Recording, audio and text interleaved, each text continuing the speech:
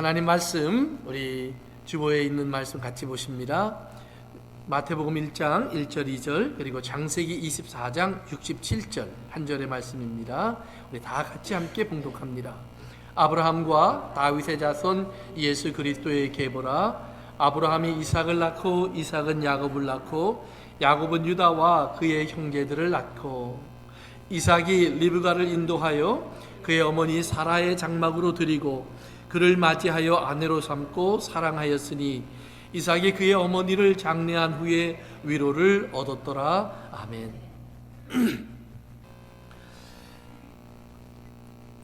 지난 주일에 우리 창세기 24장에 있는 말씀을 중심으로 해서 이삭이라고 하는 사람의 삶 속에 하나님이 준비하신 배필, 아내 될 사람을 만나는 내용을 같이 공부했습니다. 24장의 내용에 보면 아브라함이 이삭이라고 하는 자기의 아들의 짝을 이제 찾아 자기의 종을 보내는 장면이 나옵니다. 아브라함이 이삭의 짝을 찾을 때 그 배경을 보면 아브라함이 결혼해서 함께 오랫동안 같이 살았던 아브라함의 아내 사라가 이제 죽습니다. 사라가 죽고 나니까 이삭이 특별히 외로움을 느낍니다. 그리고 많이 고독함을 느낍니다. 그리고 아브라함의 눈에 이삭의 눈물이 자주 보이곤 했습니다. 그래서 아브라함은 이제 하나님의 앞에 기도하면서 이삭을 어떻게 하면 하나님 앞에서 저를 이제 위로해주고 세워주고 제가 믿음으로 설 수 있도록 해줄까? 아브라함의 고민입니다. 그러다가 그가 하는 답은 뭐냐면 이삭을 결혼시켜야겠다라고 합니다. 창세기 22장에 가면 우리가 지난번에 공부했던 내용에 보면 하나님이 아브라함에게 명령하셔서 아브라함이 이삭을 산으로 데려가서 제물로 바치려고 했던 그런 때가 있었습니다. 혹시 여러분 기억하시리라고 믿습니다. 혹시 기억이 안 나면 오늘 집에 가서 그 성경을 한번 다시 보세요. 그러면 이제 아브라함이 이삭을 데리고 산에 가서 하나님께 막 제물로 바치려고 하는데 하나님이 갑자기 아브라함을 붙잡고 나서 아브라함아 그렇게 하지 마라. 내가 이제 네가 정말 누구를 사랑하는 줄을 내가 알았다. 그러면서 하나님의 사랑을 이제 아브라함에게 보여주십니다. 그래서 하나님이 준비하신 이제 하나님의 제물이 될 수 있는 양을 이삭을 대신해서 바치게 하고 이제 아브라함과 이삭을 돌려보내면서 하나님이 굉장히 많은 축복의 말을 합니다. 내가 이제 내 아들 이삭에게 이런 복을 줄 거야. 이런 복을 줄 거야. 이런 복을 줄 거야. 그러면서 아브라함에게 말했던 복을 다 주겠다고 얘기를 합니다. 그래서 이삭은 정말로 많은 사람의 복의 근원이 될 것이고 그리고 대적들을 다 물리치는 사람이 될 것이고 그리고 많은 민족을 낳는 귀한 조상이 될 것이고 하는 그런 귀한 은혜의 말씀들을 많이 합니다. 그러니까 이제 한번 생각해 보세요. 하나님 앞에 이제 불러 올라가서 조금 전에 막 아버지가 자기를 묶어놓고 칼을 들어서 죽이려고 했던 장면이 있었습니다. 그런데 갑자기 어디선가 소리가 들리더니 하나님이 아브라함의 손을 붙잡았어요. 그리고는 아브라함아 네가 이제 나를 더 사랑하는 줄을 내가 알았다. 여러분 이게 뭔 시츄에이션인가 한번 상상을 해보세요. 아버지가 나를 죽이려고 하는구나 하는 그 죽음 앞에 섰던 아들의 온갖 아픔, 두려움, 무서움, 외로움, 버림받음 이런 마음이 있는데 갑자기 한쪽에서 정말 너무나 사랑하는 음성이 들리는 거예요. 그런데 자기는 빠져 있어요. 누구와 누구 사이에? 하나님과 아브라함 사이의 대화가 오고 가요. 자기는 그냥 구경꾼일 뿐이에요. 그런데 그 대화의 내용에 들어가 보니까 다 나를 복주겠다고 하는 내용이에요. 참 신기해요. 우리가 꼭 알아야 할 것이 있어요.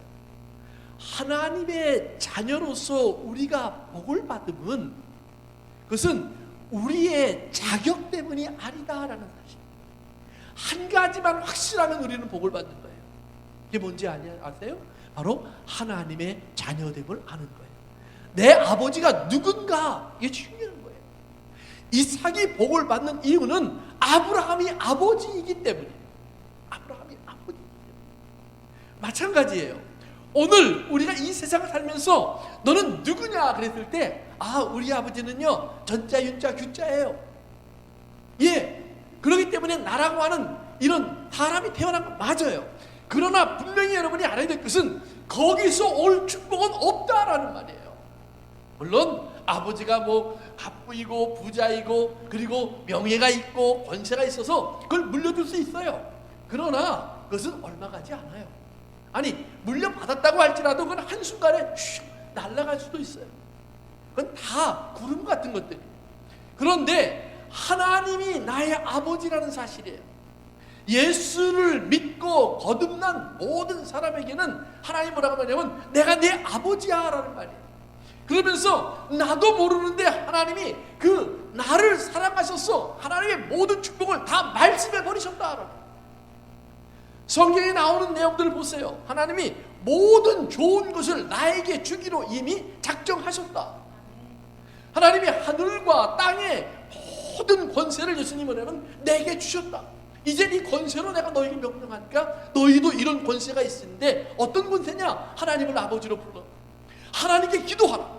기도하면 다 들어주실 것이고 받을 것이고 그것이 다 하나님 내게 좋은 것으로 갚아주실 것이고 하나님이 너를 홀로 버려두지 아니하고 하나님은 너를 존귀하게 만들어 주실 것이다. 천사들도 너희를 보며 부러워할 것이다. 정말 그것이 느껴져요? 재미있는 것은 하나님이 그렇게 말씀하는데 이삭은 그것이 퀘션 마크라는 말이에요. 아니 하나님이 정말? 그리고 산에서 내려왔습니다. 그리고 지난번에 말씀드렸던 것처럼 아브라함과 이삭은 갈라집니다. 왜 갈라졌는지 몰라요. 근데 그냥 내 생각에 아마 아버지가 자기를 데리고 산에 올라갔던 것이 기억나서 같이 있다 보면 언제 또 끌려 올라갈지 모르니까 아마 떨어졌을지도 몰라요. 그게 내 생각이에요. 그런데 이삭이 간 곳이 어디냐면 부엘 라헤로이라는 곳이에요. 부엘 라헤로이라는 것은 뭐냐면 살아계신 하나님이 나를 보고 계시는 곳. 살아계신 하나님이 나를 보고 계시는 곳. 그래서 부엘, 그것이 이제 운물이라는 말인데 눈이라는 말과 똑같은 단어예요. 눈이라 그것이 운물이에요. 그러니까 과거 이스라엘 사람들 삶 속에서는 뭐냐면 운물이 이렇게 있으면 뭐냐면 하나님이 나를 이 메마른 땅에서 죽으라고 버려두신 것이 아니라 하나님이 나를 보고 계시는구나. 그래서 이 메마른 땅에서 내가 물도 마시고 그리고 농사도 지을 수 있고 가축도 키우고 가족도 키우면서 내가 이 땅에서 평안히 거할 수 있도록 나에게 안식을 주고 계시는 하나님의 보호처구나 그러는 거예요. 그래서 과거에 이스라엘 사람들은 메마른 땅에 살았기 때문에 운물을 발견하면 그것을 하나님의 눈이 나를 찾아내셨다 그렇게 말합니다. 그래서 하나님이 살아계셔서 나를 보고 있는 것, 하나님이 내 삶을 살펴보고 계시는 것, 그것이 부엘 라헤로이. 그러니까 이삭은 한순간 이제 아버지와 갈라졌어요. 그래서 아버지의 하나님을 알긴 알지만 이제 나와서 자기의 하나님을 배우기 시작하는 거예요. 그가 한 해, 두 해, 세 해, 네 해, 여러 해를 보내면서 자기의 하나님을 경험합니다. 아마 양 몇 마리를 가지고 출발했을지 몰라요. 그런데 하나님이 그에게 복을 주시고 그가 잘 되게 하시고 창대케 하게 하시는 거예요. 그런데 어느 날 소식이 왔습니다. 어머니가 위독하다. 깜짝 놀라서 아마 어머니 곁으로 달려갔을 거예요. 아마 이삭은 어머니에게 아주 특별한 아들이었을 거예요. 왜냐하면 아버지 아브라함은 어떤 사람이었냐면 이삭이 없어도 괜찮아요 그랬던 사람이에요. 잘 기억하셔야 돼요. 아버지 아브라함은 이스마엘이라는 아들을 낳자마자 자기 육체의 아들을 낳자마자 하나님 더 이상 사라가 아이를 안 낳아도 괜찮습니다 그랬어요. 그런데 사라에게 있어서는 하갈이 낳은 아이와 자기가 낳은 아이가 다른 거예요. 그건 하갈의 아이지 아브라함의 아들일지 모르지만 하갈의 아이지 자기의 아이가 아니에요. 하갈이 아이를 가지면서부터 자기에게 핍박이 왔어요. 자기에게 어려움이 왔어요. 더 어려워지고 힘들어졌어요. 그러니까 사라는 더욱더 간절해져요. 그런데 하나님이 말씀하신 거예요. 그런데 사라가 믿을 수가 없어서 웃었다는 얘기가 드렸어요. 그런데 하나님께서 약속하시더니 이루어 주셨어요. 사라가 아이를 낳았어요. 사랑하는 성도 여러분, 아주 중요한 거예요. 우리가 이 땅을 살면서요, 여러분, 세상에 사람이 얼마나 많이 있느냐 이 땅에 얼마나 훌륭한 사람이 많이 있느냐? 상관없어요. 결국은 나야, 내 자녀가, 그리고 내 가족이, 내 삶이 중요한 거예요. 내가 없으면 세상도 없는 거예요. 내가 있어야 세상도 있는 거예요. 하나님 안에서 여러분이 기억하세요. 하나님은 하나님 안에서 이 땅에 많은 사람이나 상관없어요. 하나님은 아브라함이 필요했고 이스라엘이 필요했던 것처럼 하나님은 하나님의 자녀라고 불릴 수 있는 사람이 필요한 거예요. 또 다른 사람이 필요한 게 아니에요. 나 말고 저 사람이 있잖아요. 상관없어요. 그건 그 사람일 뿐이에요. 하나님은 내가 필요해요. 하나님, 내가 없으면 만족하지 않아요. 하나님은 저 봉사 많이 하는 집사님이 계시니까 기쁘시겠네요. 하나님은 저 훌륭한 목사님이 계시니까 만족하시겠네요. 하나님, 저기 돈 잘 버는 저 재벌이 있으니까 좋으시겠네요. 아니에요. 하나님은 어떤 장애가 있고 어떤 부족함이 있고 어떤 모자람이 있어서 사람들이 사람으로 취급하지 않는 거지 같은 사람일지라도 그 거지 나사로가 하나님의 품에 안길 때에 하나님은 안식하시고 기뻐하시고 즐거워하세요. 하나님은 하나님의 자녀가 있어야 행복하신 거예요. 오늘 여러분의 삶 속에서 하나님이 나를 낳기까지 행복하지 않은 하나님이라는 사실을 믿어주셔야 됩니다. 그렇기 때문에 하나님은 나를 낳기 위해서 수고하십니다. 그래서 하나님이 사라에게서 이삭이 태어나게 한 거예요. 그러니까 이삭은 사라에게 아주 특별한 아들, 아브라함에게는 없어도 될 뻔한 아들이에요. 그러니까 이삭이 어머니에게 느끼는 마음은 아주 절실한 거예요. 그런데 그 어머니가 죽어요. 거기다가 여러분이 성경을 보면 아브라함은 이삭을 장가 보내자마자 그 다음에 자기도 장가가 보내요. 그리고 나서 열심히 자식을 더 낳아서요 6명이나 더 낳아요. 그러니 이삭에게 아버지의 기댈 것이 별로 없어요. 아버지의 정이 많지 않을지도 몰라요. 그가 기억하는 아버지는 모리아산의 아버지예요. 그런데 하나님께서 이삭이 어머니에게 특별히 느꼈던 그 홈, 어머니의 사랑, 어머니의 품, 안식처를 앗아가 버리신 거예요. 사라가 죽었어요. 더 이상 안식처가 없어요. 그래서 오늘 본문에 보면 어머니가 죽고 난 다음에 이삭은 자주 들판으로 나갔어요. 그래서 들판으로 나가서 성경에 보면 여러분들이 이삭이 묵상하더라. 근데 언제 들판으로 나가냐 하면 저녁 때에 그래요. 여러분, 저녁 때가 어느 때예요? 하루를 마쳤어요. 또 다른 날이 시작되는 시간이 저녁 때. 우리는 저녁 때가 뭐예요? 하루를 마치고 그 하루의 완성의 시간이 저녁 때라고 생각을 해요. 그런데 성경은 저녁이 되고 아침이 되는 거예요. 그래서 그것이 하루의 시작 시간이에요. 그러니까 어제까지 어떤 일이 있었던 저녁은 이제 새로운 날을 준비하는 시간이에요. 그러니까 하나님은 새로운 날을 준비하기 위해서 넌 가만히 있어라. 내가 그 날을 준비하마. 빛을 준비하고 내가 땅을 준비하고 물을 준비하고 초목을 준비하고 내 배우자를 준비하고 너의 삶을 준비해 주리라. 여러분들이 매일 똑같은 곳에서 일어나서 똑같은 일터로 나가는 것 같지만 꼭 믿음으로 기억하세요. 어제 밤새도록 하나님이 그 자리를 준비해 주셨다라고 믿으셔야 돼요.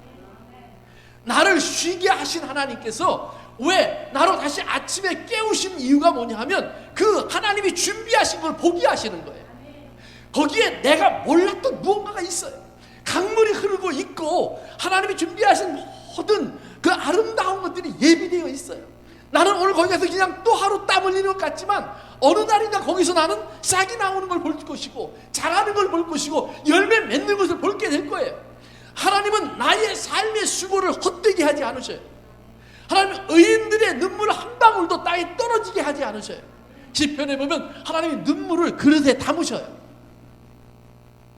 다 기억하시는 하나님을 믿으세요.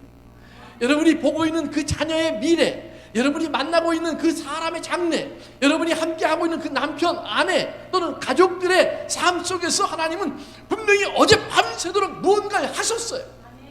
근데 사람들이 몰라요. 자녀들도 모를 수 있어요. 남편이 모를 수 있어요. 그러나 나는 알아요. 왜냐하면 어젯밤에 나는 기도했기 때문에, 어젯밤에 나는 하나님을 기억했기 때문에. 이삭이 하루를 다 마치고 가서요, 저녁에 성경에 보면 묵상하러 갔더라 그래요. 묵상하러. 그 묵상이라는 말을 이 성경을 연구하는 사람들이 도대체 이게 무슨 뜻일까? 그리고 연구를 했어요. 그랬더니 몇 가지 답이 나왔는데 그 중에 하나가 뭐냐면 기도다. 기도. 이 묵상이란 말은 성경에 거기 딱 한 번 나오는 단어예요. 다른 데 보면 묵상 단어가 나오지만 그 묵상이라는 단어랑 전혀 다른 단어를 써요. 그러니까 도대체 이게 어떤 의미로 이 단어를 썼을까 고민한 거예요. 그런데 찾아보니까, 그리고 많이 기도하면서 생각해 보니까, 아, 이건 묵상했다는 말은 기도했다는 말일 거다. 왜냐하면 예수님도 하루에 많은 일을 하고는 한적한 곳으로 가셔서 기도하고 나셨어요.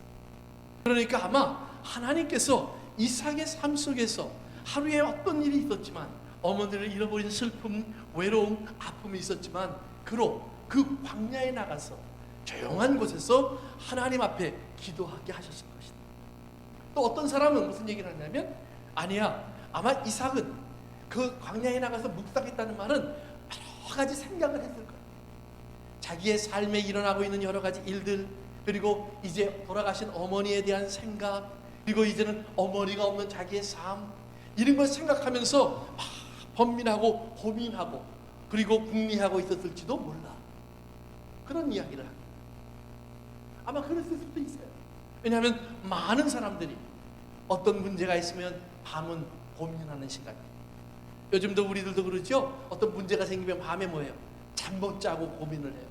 하룻밤 꼬박 세우고 나가요. 사랑하는 성도 여러분, 여러분에게 어떤 문제와 아픔과 고통과 고민과 근심과 염려가 있을 때 그걸 다 하나님 앞에 기도로 내려놓으시기를 바랍니다.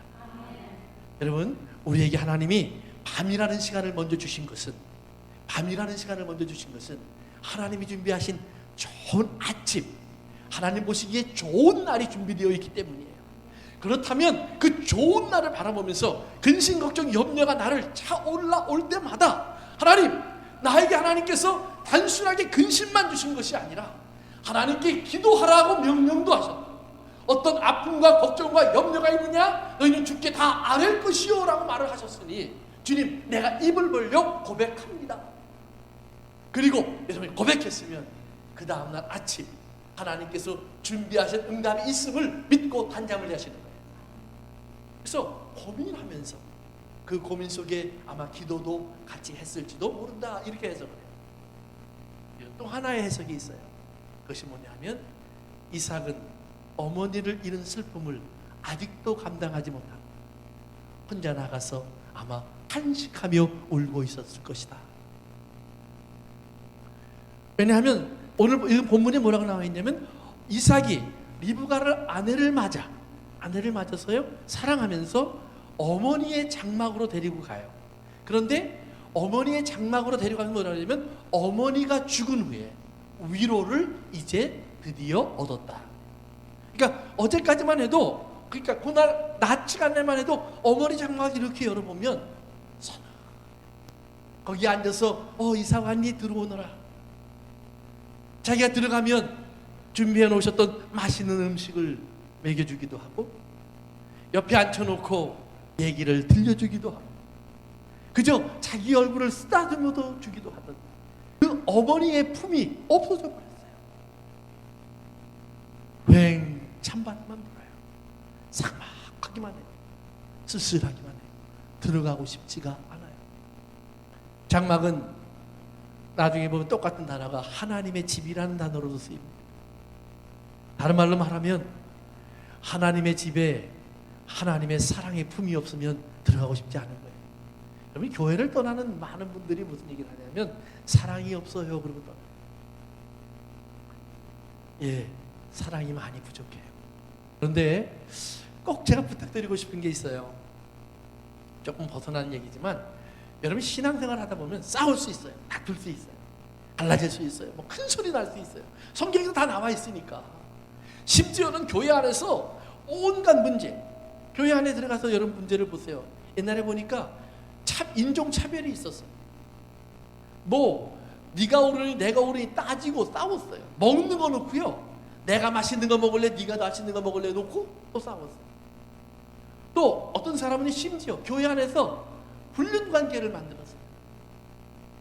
온갖 더러운 일들이 교회 안에 다 생겼어요. 그런데 사도 바울이 그런 교회들에게 편지를 쓰면서 뭐라고 하냐면, 너희는 하나님의 영이 거하는 거룩한 성전인데 너희들 왜 그걸 모르니? 너희는 예수 그리스도의 보혈로 산 거룩해진 사람들인데 왜 그거 모르니? 그리고 막 책망을 해요. 그러니까 교회가 그 책망을 받고요, 하나님 앞에 간절히 회개하기 시작해요. 잘못할 때는 뭐 정신없이 잘못된 길로 나가고 자기가 옳은 것처럼 막 나갔어요. 그런데 어느 순간 바울의 말을 듣고 회개하기 시작해요. 아, 우리가 정말 잘못했구나. 어쩌면 좋을까? 하나님의 사람들이 이러면 안 되는데 우리가 왜 이러고 있을까? 막 이런 문제 속에 빠져서 절절절절 매요. 그러면서 고민을 하는데 바울이 뭐라 하냐면, 그 고민하는 이 사람들의 얘기를 듣더니 자기도 잠이 오질 않아. 사랑하는 자녀들이 자기의 죄를 깨닫고 밤에 잠을 못 자는구나. 하나님 앞에 부끄러워서 하나님 앞에 서지를 못하는구나. 어찌하면 좋을까? 그리고 또 이제 편지를 쓰는 거예요. 그런데 놀라운 일이 벌어져요. 그 편지를 받고 그 사람들이 거기서 어찌하면 좋을까 하고 끝나는 것이 아니라 회개하기 시작해요. 할렐루야. 이것이 하나님의 교회의 모습이에요.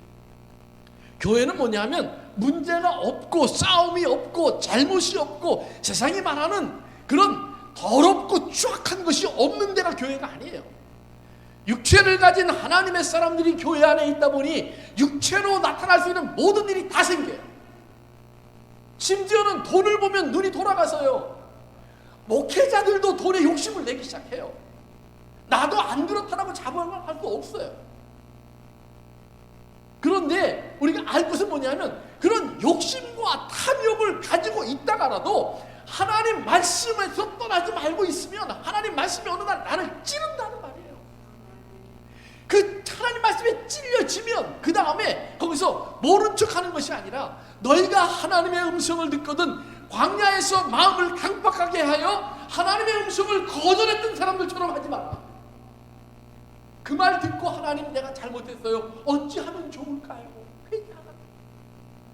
회개하면 돌아갈 길이 보이는데, 돌아가면 거기서 용서받아요. 용서받으면 용서해 줄 수 있어요. 용서가 이루어지면 어떤 일이 나타나는 줄 아세요? 야, 횃불교회 요즘 싸움하고 난리 났대, 이런 소문이 났다요. 그럼 사람들은 소문이 나면 한 번쯤 와서 보고 싶어요. 왜? 싸움 구경처럼 재밌는 게 없잖아요.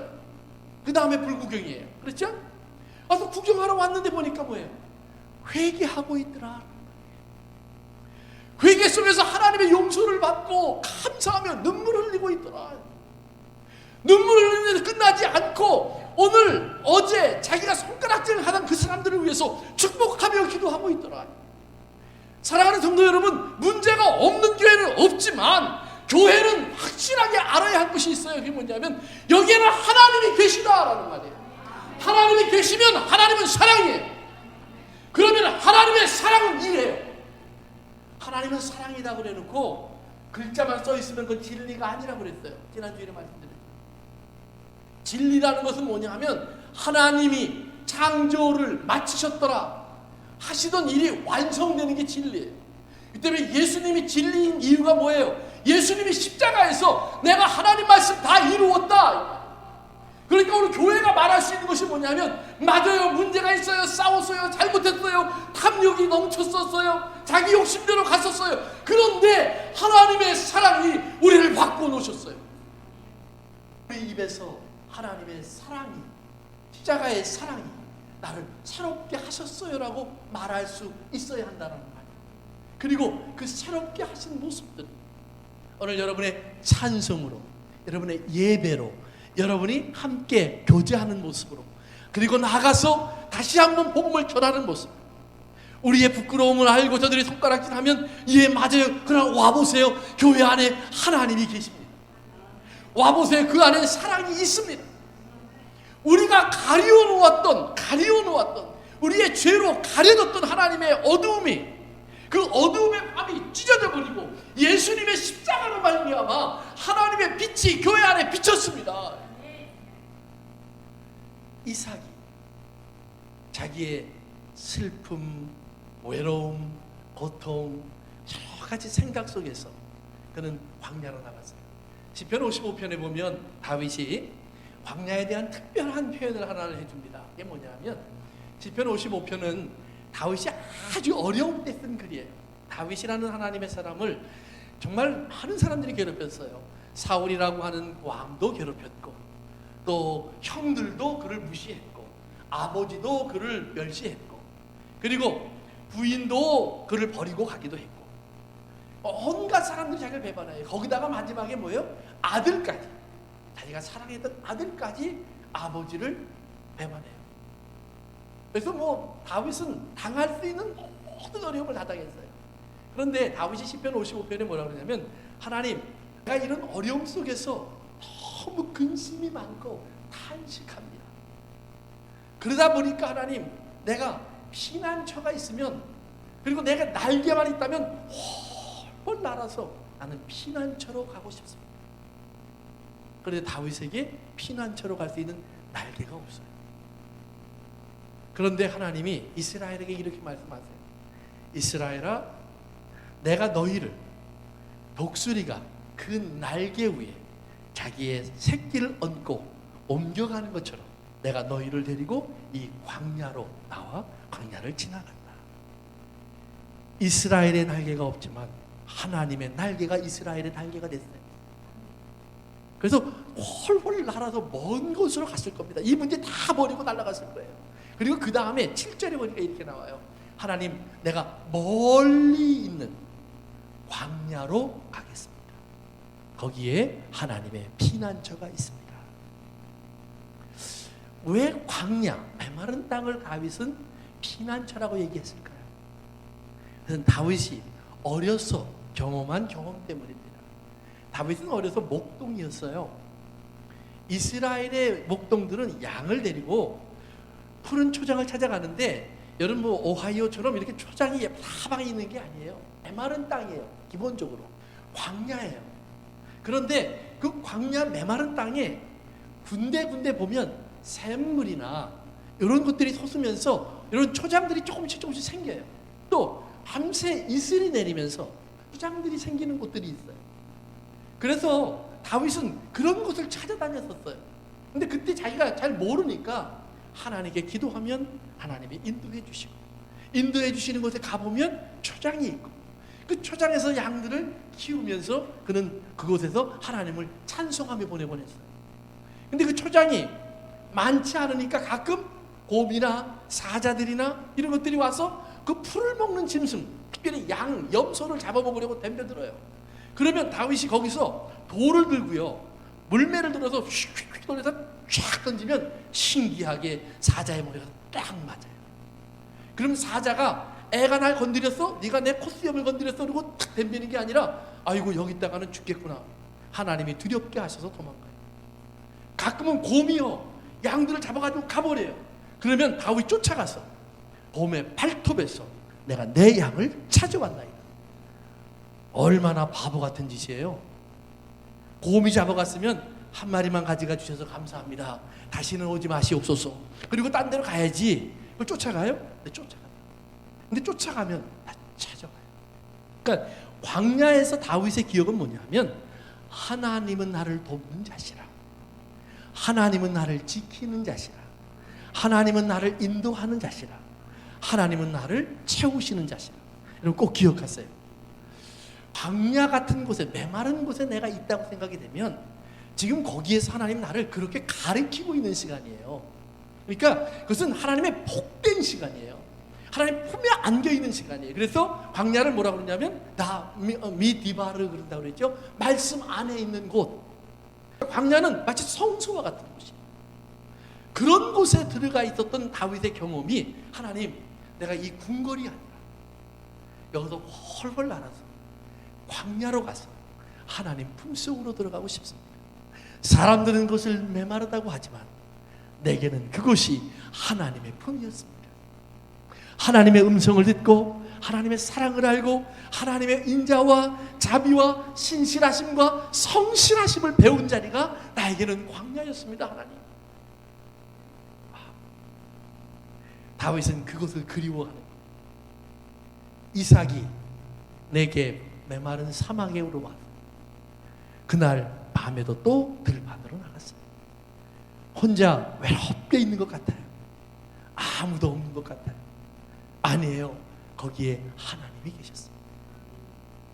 창세기 3장에 보니까 아담과 하와가 처음 하나님 앞에서 동산에 있으면서 그 얼마나 큰 사랑을 받았어요. 그런데 그들이 범죄하죠. 하나님 먹지 말라는 걸 먹었어요. 그러고 나서 이런 말씀이 나와요. 바람이 서늘해질 때쯤 하나님의 발자국 소리가 들리더라. 아담과 하와가 이 발자국 소리를 듣고 하나님이다. 그리고 숨었더라. 그 서늘해질 때쯤, 그게 뭐냐면 저녁 때쯤 그 말이에요. 다른 말로 말하면 저녁이라는 시간은 처음부터 하나님이 하나님의 자녀들과 만나 교제하던 시간이었다는 말이에요. 하루의 삶 속에 하나님이 저들을 세상으로 보내놨으니 그들이 그 동산을 관리하고 지키고 경작하느라고 수고하고는 그 저녁 시간이 되면 땀도 식히면서 하나님 앞으로 돌아오는 거예요. 그러면 하나님도 그들을 찾아와서 그들의 이마에 땀도 씻어주고 그들의 얼굴도 좀 만져주고 그들의 수고를 좀 격려도 해주고 잘했다. 이런 장소, 이런 시간이 그 저녁 시간이에요. 근데 언제부턴가 사람들은 그 저녁이 되면 범죄하기 시작해요. 더 마시고 더 즐기고 더 악하고 더 잘못된 길로 자꾸.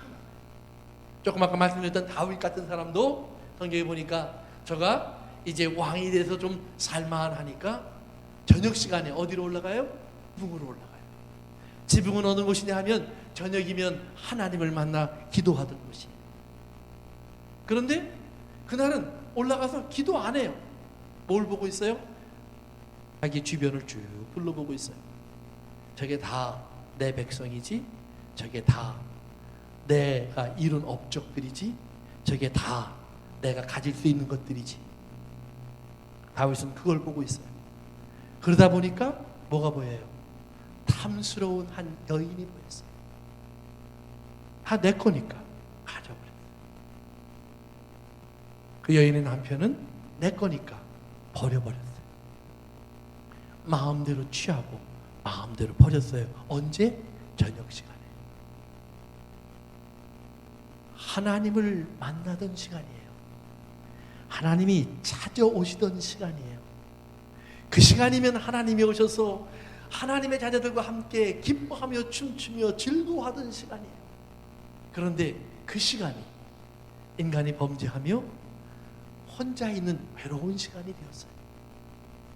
그 외로운 시간에 이삭이 광야로 간 거예요. 그 저녁 시간에 이삭이 혼자 서 있는 거예요. 하나님의 말씀도 지나가고 모리아 산의 사건도 지나가고 어머니의 죽음도 지나가고 슬픔이 올라와서 울컥하기도 하고 하나님께 질문도 생겨요.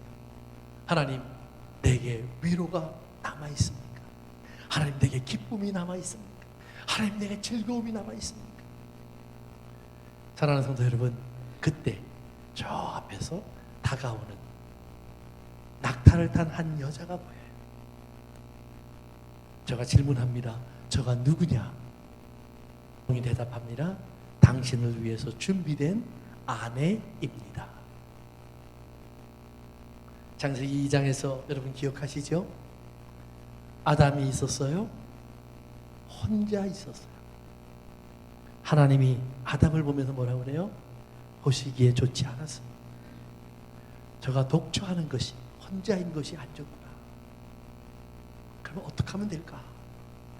아담을 재우고요, 옆구리에서 갈비뼈를 뜯어내서 살로 채우고 하와를 만들었어요. 그리고는 아담을 깨웠어요. 그러니까 눈을 뜨자마자 처음 보는 것이 있어요. 그 처음 보는 것을 향해서 아담이 이렇게 얘기하죠. 내 뼈 중에 뼈요 살 중에 살이라. 사랑하는 성도 여러분, 이삭의 눈앞에 리브가가 다가오고 있어요. 이삭은 그 순간에 아담의 고백을 하는 거예요. 자기가 사랑했던 여자가 아니에요. 자기가 원래부터 알던 사람도 아니에요. 그저 어느 날 하나님이 그 앞에 뚝 갖다 놨어요. 그런데 이삭은 두 말도 하지 않아요. 저를 사랑하였더라. 사랑했어요. 내 뼈 중에 뼈요 살 중에 살이에요. 눈물이 기쁨으로 바뀐 시간이에요. 외로움이 위로로 바뀐 시간이에요. 혼자가 우리로 바뀐 시간이에요. 그리고 하나님의 약속이, 자녀가 준비된 시간이에요. 하나님의 말씀은 어긋남이 없음을 확인한 시간이에요. 사랑하는 성도 여러분, 그런데 그 아내가 내 눈앞에 있기 위해서 아담의 옆구리는 구멍이 나야 돼요. 이삭은 하나님의 아들 예수 그리스도를 상징하는 사람입니다. 예수님이 이 땅에 오셔서 마치 이삭처럼 혼자 있었다라는 말이에요. 물론 예수님 주변에 우리는 사도들도 있지 않았습니까? 예수님을 따라다니는 어떨 때는 수천 명, 수만 명의 사람도 있지 않았습니까? 성경은 분명하게 말을 합니다. 예수님이요, 너희들은 다 나를 버리고 도망가리라. 나를 혼자 둘 때가 오리라. 이제 하나님이 목자를 치시니 양들이 다 흩어질 때가 오리라. 당신에게 아픔이 오는 시간이 있다는 말이에요. 좋을 땐 같이 있는데 아픔이 오니까 떠나가더라는 말이에요. 잘 될 때는 옆으로 찾아오는데 망하니까 아무도 돕지 않더라라는 말이에요. 예수님의 인생에서 우리에게 보여주는 것이 뭐냐 하면, 예수님의 인생에서 보여주는 것은 인생은 항상 잘 된다라고 말할 수 없을 때가 반드시 있다는 말이에요. 그것이 뭐냐 하면 죄가 인생을 지배하고 있는 모습이 드러난다는 말이에요. 죄가 인생을 지배하는 순간, 그것이 뭐예요? 이삭이 어머니를 잃어버린 순간이에요. 죽음. 이삭의 삶에 죽음이 찾아왔을 때 이삭은 텅 빈 혼자가 돼요. 광야라는 말, 그것이 미드바라는 뜻도 있지만 또 다른 말로 버려진 땅이라는 말처럼 버려진 땅에 버려진 사람으로 홀로 있는 이삭이 될 때가 있다는 말이에요. 예수님의 삶 속에 죄가 드러나기 시작해요. 예수님의 죄가 아니라 인간의 죄가 예수님에게 전가되기 시작해요. 우리의 죄가 예수님을 통해서 나타나기 시작하니까 예수님은 홀로 버림받아요. 그 모든 죄의 굴레에 갇혀버려요. 내가 죄인임에도 불구하고 우리는 그 굴레에 갇힌 예수님에게서 떠나가고 있어요. 예수님이 붙잡히니 도망갑니다. 예수님이 채찍에 맞으니 숨습니다. 예수님이 유죄가 되니까 이제는 모른다고 부인합니다. 예수님이 끌려가고 있으니까 이제는 다 고개를 외면해버립니다. 예수님이 십자가에 못 박히니까 예수를 알면 내 몸에 저주가 임할 거라고 자기를 저주하기도 합니다. 예수님은 홀로 그곳에 갔었어요. 그런데 그 과정 속에 예수님이 성경에 보면 탄식하시고 우는 모습이 등장합니다. 예수님의 가슴 속으로부터 울음이 솟아오르기 시작해요. 그래서요, 위로라는 단어가 나함이라는 단어입니다. 나함이라는 단어인데 이 단어가 창세기 6장에서 뭐라고 쓰여있냐면 한탄이라고 쓰여있어요. 후회라는 말로 나와요.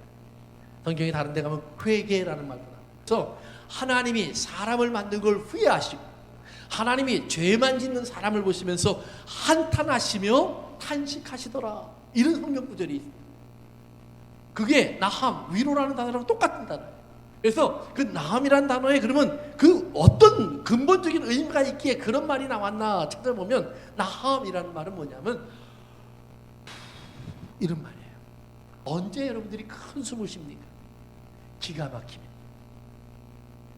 정말 일어나서는 안 되는 일들이 눈앞에 벌어지거나 그러면 맥이 다 풀면서 주저앉아요. 자식이 잘못된 길로 어머니를 버리고 나가는 모습을 보면 눈물이 콱 터지면서 이 속에서부터 할 수 없는 탄식 터사쳐 올라와요. 이 아픔의 마음이 저를 사로잡는다는 말이에요. 슬픔의 마음이 저를 꽉 채워버린다는 말이에요. 그런데 이 슬픔의 마음에서 슬픔은 끝나지 않고 꼭 기억하세요. 밤이 있으면 아침이 있는 것처럼 슬픔이 있으면 위로가 준비되어 있어요. 죽음이 있으면 생명이 준비되어 있어요. 넘어짐이 있으면 일어남이 준비되어 있어요. 절망이 있으면 희망이 준비되어 있어요. 여러분들이 탄식이 있으면 기쁨이 준비되어 있음을 믿으셔야 돼요. 왜냐하면 시작과 끝은 하나님이에요. 중간에 사단의 역사가 있고요, 죄의 모습이 드러나고 있지만 죄는 처음과 마지막이 아니에요. 알파와 오메가, 시작과 끝, 이것은 오직 하나님 한 분이세요. 그러면 하나님 안에는 탄식으로 끝나지 않아요. 하나님께서 우리를 보시면서 탄식하시는, 슬퍼하시는, 그러니까 후회했다, 회개했다라는 말보다는 하나님이 이렇게 탄식하며 슬퍼하시는 거예요. 이게 아니잖아. 그런데 이 슬픔 속에서 하나님의 기쁨이 보여요. 노아는 하나님의 눈에 favor, 은혜로운 사람이 되었더라. 눈에 넣어도 아프지 않은 사람이 되었더라 그 말이에요. 사랑하는 성도 여러분, 이 땅에 예수님이 오셨을 때 하나님은 그동안 사람을 보았던 것과는 다른 사람을 본다는 말이에요. 사람을 보면서 너희 안에 선한 것이 어디 있느냐, 너희 안에 의로운 것이 어디 있느냐, 너희 안에 바른 것이 어디 있느냐, 너희 안에 참된 것이 어디 있느냐. 내가 너희에게 이 모든 좋은 것을 주었건만 너희는 왜 내게 신실하지 않느냐. 하나님의 책망과 분노와 탄식만이 가득할 수밖에 없는 세상이에요. 하나님이 숨을 쉴 때마다 이 탄식이 나왔어요. 그런데 예수님이 탁 등장하니까 하나님이 또 다른 소리를 말해요. 감탄하는 소리가 나오기 시작해요. 사랑하는 사람, 아름다운 사람, 의로운 사람, 옳은 사람, 완전한 사람, 거룩한 사람, 하나님이 품에 안고 하나님이 기뻐할 수밖에 없는, 하나님이 춤추며 즐거워할 수밖에 없는 그 사람이 보이기 시작하는 거예요. 사랑하는 성도 여러분, 광야 같은 세상에 홀로 던져주신 예수님, 그분은 다른 곳에서 하나님을 찾고 있지 않았습니다. 그 광야에서 운물 속에서 자기를 바라보고 있던 그 하나님, 자기 안에 하나님의 성령으로 가득 차게 하셨습니다. 하나님의 사람답게 살 수 있도록 하나님의 성령을 한량없이 부어주시고 있는 그 하나님, 그 하나님 안에서 예수님은 그 하나님을 찾아가 울고, 그 하나님을 찾아가 탄식하고, 그 하나님을 찾아가 고백하며, 하나님 앞에 간구하며, 하나님께 기도하며, 하나님 앞에 엎드렸어요. 그와 함께 기도한 사람은 없었어요. 같이 기도하자 그러면 졸고 잠자버렸어요. 그러나 그 홀로인 그 자리에 있지만 그는 하나님을 향하여 소망을 버리지 아니하고 오늘도 그 광야에서 하나님을 꽉 붙잡고 있었어요. 하나님 내게 말씀하소서, 하나님 나를 붙잡으소서, 하나님 나를 이끌어 주소서. 그리고 그가 그 길로 가면서 이런 말을 해요. 내가 십자가에 달리면, 내 옆구리에 상처가 나면 그 말이에요. 내 몸에 상처가 나면, 내가 죽음이라는 깊은 잠에 던져지면 그 말이에요. 그러면 하나님이 내게로 이끌어오리라. 이끌어오리라. 누가 이끌려와요? 많은 사람들이. 그 많은 사람들을 하나로 묶으면 그리스도의 신부된 자들이. 사랑하는 성도 여러분, 오늘 여러분을 그리스도에게 인도해 가시는 하나님의 이 귀한 섭리와 사랑을 믿고 감사하시길 주의 이름으로 축원합니다. 예수님의 눈물이, 예수님의 탄식이, 예수님의 외로움이, 예수님의 그 저녁에 하나님을 찾아나가 묵상하며 궁리하며 그 모리아산을 생각하는, 십자가를 생각하는 예수님의 그 갈급함이 오늘 우리를 하나님 앞으로 나아갈 수 있도록, 우리를 기다리는 신랑 앞으로 나아갈 수 있도록 우리를 불러주시는 하나님의 은혜의 길이 됐음을 믿으시길 주의 이름으로 축원합니다. 이삭이 그 저녁 그곳에서 외롭게 서 있습니다. 성경은 그러기에 요한계시록 마지막 장에 가보면 두 가지의 여자의 이야기를 합니다. 이야기만 하고 마칩시다. 오늘 시간이 좀 많이 갔네요. 하나는 요한계시록 17장부터 보면 음녀에 대한 이야기가 나옵니다. 마지막 때 이 땅에 있는 사람들의 모습을 음녀로 표현을 해줘요.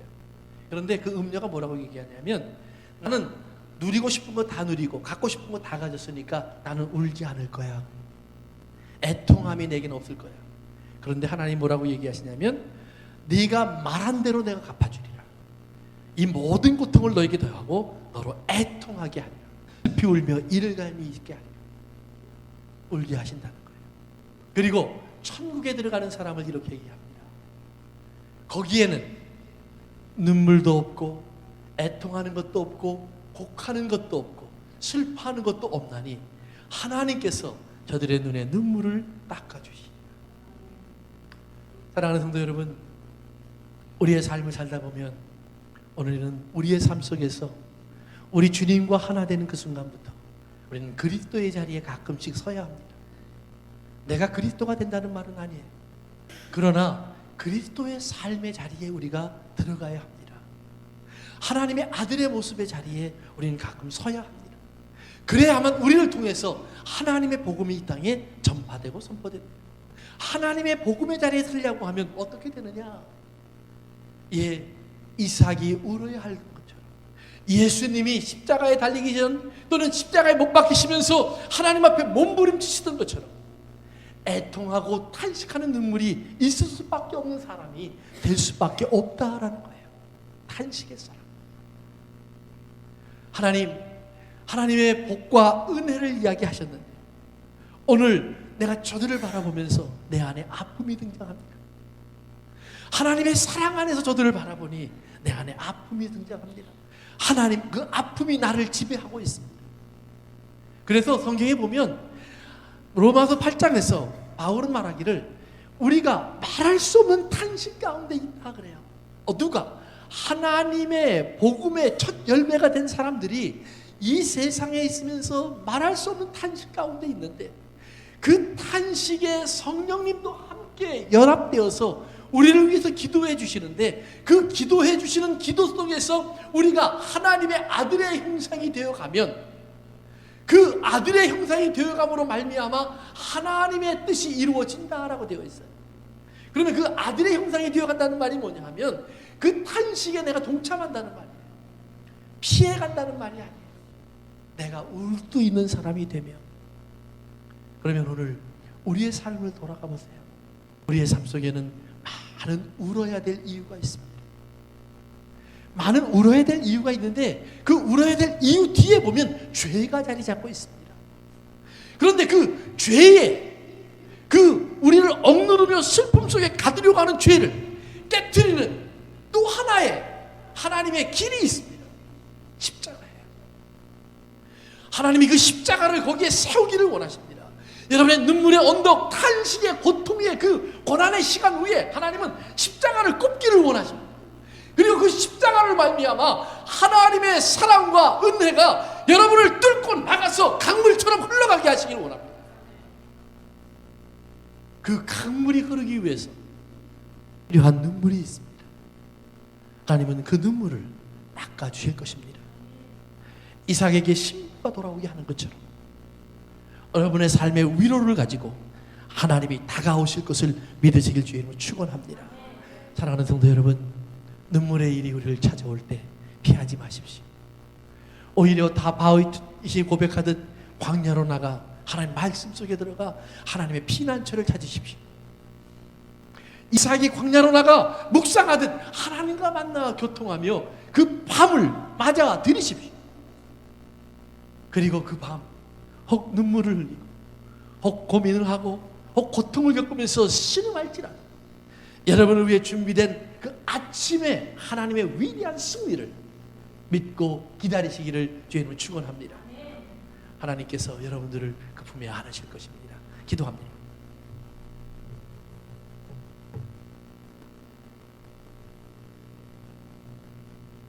예수님도 이 눈물을 멈추지 않았습니다. 이삭도 이 눈물을 갖게 되었습니다. 다윗도 그 눈물 속에 탄식했습니다. 때로는 남 속에서 그런 아픔이 오지만 때로는 내 속에서 이런 죄가 일어나 나를 끌고 가는 모습을 볼 때에 바울은 눈물을 흘리며 몸부림쳤습니다. 내가 십자가에 못 박혀야 될 그 십자가가만이 나를 구원할 수 있는 그 자리로 내가 나가야 하기 때문입니다. 예수님은 그 눈물 속에 십자가로 가십니다. 옆구리에 상처가 나는 길로 가십니다. 그리고는 말씀하십니다. 많은 사람을 내게로 이끌리라. 그리고 내가 위로를 받고 내가 안식을 얻고 내가 하나님의 장막에 들어가 내가 기뻐하고 즐거워하리라. 사랑하는 성도 여러분, 오늘 여러분의 옆구리가 창에 찔리듯 애리지 않으십니까? 여러분의 심장이 마지막 물 한 방울을 짜내듯 쥐어 짜는 듯한 아픔이 있을 수도 있습니다. 오늘 광야로 나가 하나님을 묵상하고 만나보세요. 하나님의 음성을 들으면 들을수록 어쩌면 우리는 내 안의 죄를 보고 그렇게 몸부림치고 내 주변의 사람들의 연약함을 보고 그렇게 아파하고 그들의 잘못됨을 보고 그렇게 우리는 슬퍼할 수밖에 없을 겁니다. 그 속으로 하나님이 위로를 갖고 다가오십니다. 이 땅에 있는 우리에게 보혜사 성령을 주심은 그것 때문입니다. 보혜사라는 말은 comforter, 위로자라는 말입니다. 내가 너를 위로하기 원한다. 나와 함께 들어가자. 주일이면 예배 시간에 나와 이 위로를 받으세요. 밤이면 광야로 나가 여러분 이 위로를 받으세요. 그리고 새날을 여러분 당당하게 받으세요. 하나님이 보시기에 좋은 일들이 일어날 겁니다. 하나님이 뜻하신 약속의 일들이 완성되어 갈 겁니다. 주님, 내 눈물을 주 앞에 떨어뜨립니다. 기억하여 주옵소서.